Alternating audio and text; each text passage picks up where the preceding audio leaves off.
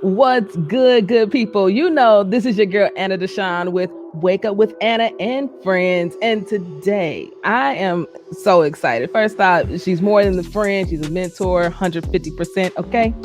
I can say that. I don't know if you can say that, but I can say that. What's going on, Kim Hunt? Hey, Anna. How you doing? I'm good. I'm starting to wake up quite legitimately here. Understood. It is always good to talk with you. I'm so glad you decided to be a friend of the show. I mean, because you're a friend in real life. Of the show. Right. It's like those Facebook friend anniversaries that pop up. Like when Mary's and ours popped up. It's like you've been friends for this number of years. I'm like, but actually longer? But that's just right. Facebook. Right. This is how Facebook friend works. Right. But Kim, y'all, if y'all don't know who Kim Hunt is, I mean, I'm not going to do this bio thing because it's Googleable. She is a Googleable person. Okay. So just go ahead and Google Kim and you'll find all the amazing things she does. And what I'm excited about with this show is that we're going to get a chance to talk about all the things she does at some point or another. And it is never a dull moment and always something affecting LGBTQ folks here in the city of Chicago, which then affects everyone across the country. We are quite fortunate here in Chicago with the leaders that we have in place who are actually most of the time, try to do right by queer folks.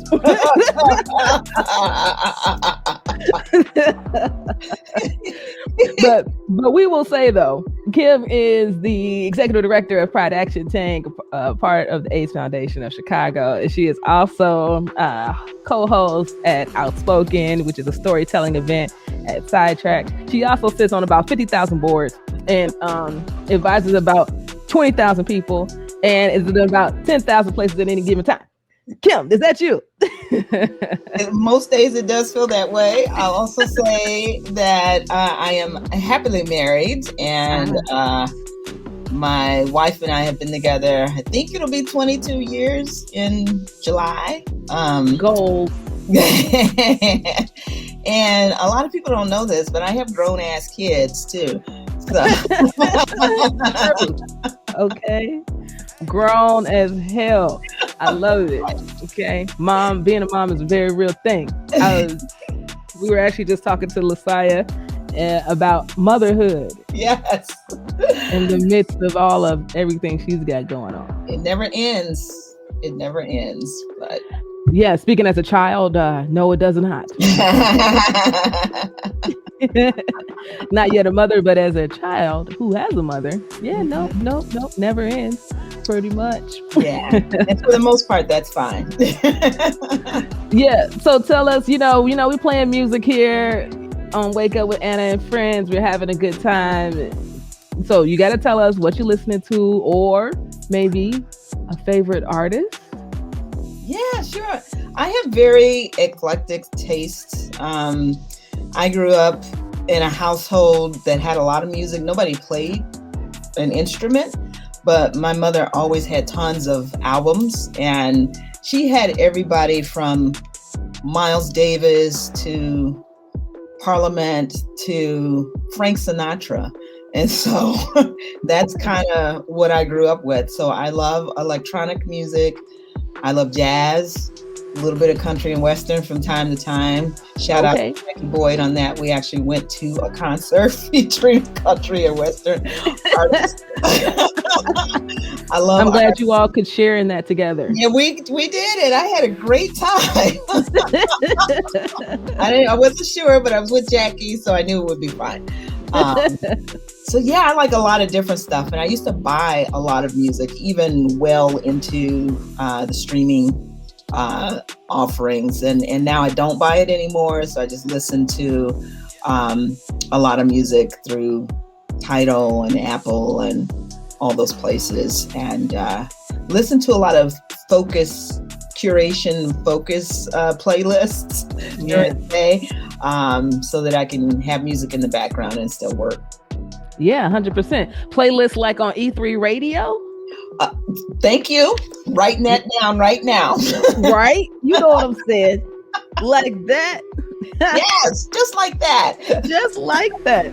Where you can listen 24/7, 365 right here at e3radio.fm. Queer radio done right. Amen. There we go. Now, we also know, Kim, your shoe game is legit. So if you're not following Kim on the IG, you don't know, but it's a very serious thing. And I've heard that you haven't bought any new kicks since December. What? My wife Mary and I never argue, but there's this moment where these boxes just kept rolling in, and it was because of the COVID. I had ordered. We're gonna blame the COVID. We can blame. You know what? I'm almost certain that everything in this year of 2021 can still be blamed on the COVID. Yes, 100%. Because I was ordering at different times. Okay. So it wouldn't have been as obvious how much had been ordered. But for some reason, these mini boxes all came in within like a 2-day span. And even I was like, oh my God, you have a problem. Hi, I'm Kim, and I have a problem. Yes. And Mary's like, okay, no more shoes. I'm like, okay, here's what I'm going to do. I'm going to take all the apps off my phone. I will not buy any shoes until my birthday. Okay. That was early. The last boxes came in like the first week of December. I didn't purchase them then, but that's when they came in. The mail was jacked. Okay. And in some places still is jacked. It is. Yes. Yeah. I saw someone post that they just got a Christmas card yesterday that was mailed on December 13th. But that is insanity. Right. What shoes? I love Air Maxes, especially Air Max 1s and Air Max 90s.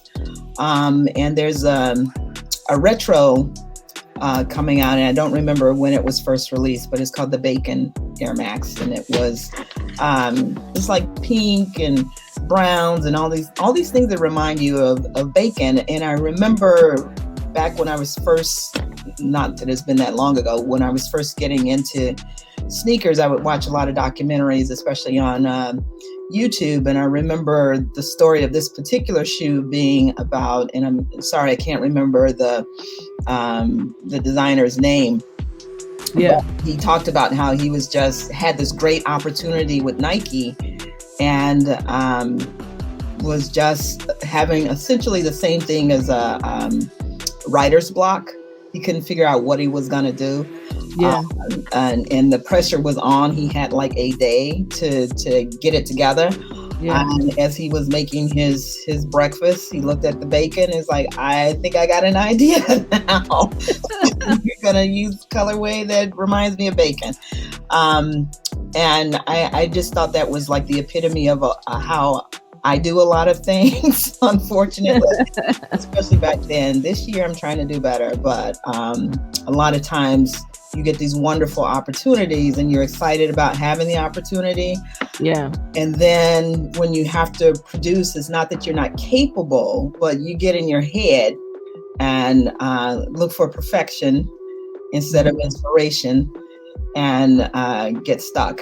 And if you're lucky, you push yourself out of it. So what is, you've been working with LGBTQ folks for a long time. A little while, yeah. We ain't gotta say how long, a long time. No. So what in the world keeps inspiring you with this work? Yeah. Well, there's always another issue to work on, but everything is relational to me. So I have to admit that what inspires me really is the people, folks who have been doing this for a while, folks who are new to it, and everybody in between. I have some lifelong friends because of doing this work, and have also been able to see some movement, not nearly enough, but and I work with some amazing people. You mentioned that Pride Action Tank is under AIDS Foundation Chicago. Well, I'm in the policy and advocacy department, which is a small team of 8, maybe 9 people. We had vacancies for a while, so I'm never sure. It's like, how many do we have in the department? And it's a department that's just full of amazing people, as is the organization as a whole. I work directly with Aisha Davis, who's on the board of Affinity, among other things, and she's the director of policy at AFC. I work with Tim Jackson, who's the director of government relations, who's a Black gay man from Alabama, who came to Chicago in February of last year. That's the time to show up. Springfield the day after he started, and a couple of weeks later, the world shut down. So this brother hasn't even really gotten to know Chicago, but he already brought a wealth of information and experience with him. And so to see him in action, to see Aisha in action, and we do these policy fireside chats once a month that I get to moderate, but they bring all the secret sauce to, experiences like that. That's what keeps me inspired and going. That's real. And those fireside chats are legit. So family, if you've never tuned in or seen or heard about these fireside chats, Facebook is probably the best place to find the details. Is that right? And most of us have an interest in policy when it affects you. Well, they're talking about things that are going to be affecting you as Black, as brown, as queer folks in particular. And those are the policies and the bills that you may actually want to be paying attention to, right? Or advocating on, or maybe calling your alderman, your state senator, these folks about your representatives. So these fireside chats are really, really helpful, and they're really crazy informative. And you get to look at 3 Black people doing it. Okay. So I was going to say, there's not many places where you see 3 Black people talking about policy at the federal, state, and local level in the middle of the day. They get paid to do it. And we try to break it down so that it isn't like way up here in the abstract, but really more of a conversational, accessible kind of thing. And we throw in a few civics lessons from time to time, because this is our democracy has many layers and many steps, and it ain't perfect by any stretch of the imagination, but it's good to have folks who are focused on that and really thrive in that environment talk about policy. 100%. So many of us, you don't remember what you was taught in that social studies class. You don't know what the process is from a bill legislative in session. You just don't know. You just don't know. So you got to lean on the people who know, okay? And these people know. So you, if nothing else, definitely go check out what are the fireside chats. I definitely think you'll enjoy it. And we are in April, and I think there's Advocacy Week coming up too, right? Yes. So that's April 19th through 23rd. We usually, as AIDS Foundation Chicago, I wear 2 hats at AFC. So there's the Pride Action Tank hat, and then I'm a senior director in the policy and advocacy department. So I go back and forth a lot. But we usually have a day where we bring a couple of busloads of people down to Springfield, the state capital. For those of you who are wondering why you're going to Springfield, Illinois. Oh goodness, people, if that's where we need to start, just tell us. We will start with where is the capital? Yeah. And what that means. Springfield, Illinois. So that's the seat of state government for this state. And like I said, we usually bring a couple of busloads of folks down, and we spend the day or much of the day there. And folks go to committee hearings. They go to the offices of state and representatives and state senators. We give them training on the bus and that sort of thing. And they talk about the policy priorities for AFC. So you should have Tim Jackson on at some point to talk about these priorities, because he can there are 11, which is a lot. That's a lot of priorities. It is a lot, but there's a lot going on. So we're shifting, of course, because of COVID to a virtual, and we want to, rather than do one all day thing, spread it out over a week.